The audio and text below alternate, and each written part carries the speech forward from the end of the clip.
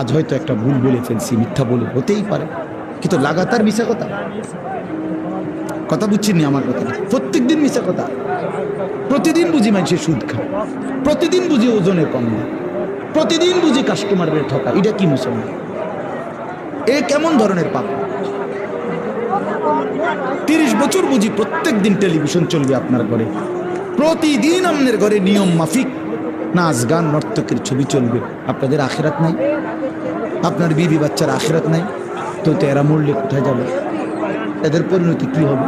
আর আমি বাবা হিসাবে, অভিভাবক হিসাবে কি দায়িত্ব পালন করব?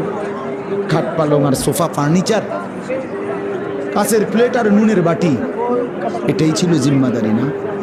একজন মুসলমানের দায়িত্ব তার স্ত্রী সন্তানের জন্য এই শুধু খাট পালং আর সোফা ফার্নিচার ব্যবস্থা করা, এই তো না? বলেন না বাবা, বলেন তো কি দায়িত্ব ছিল? কোরআন শরীফ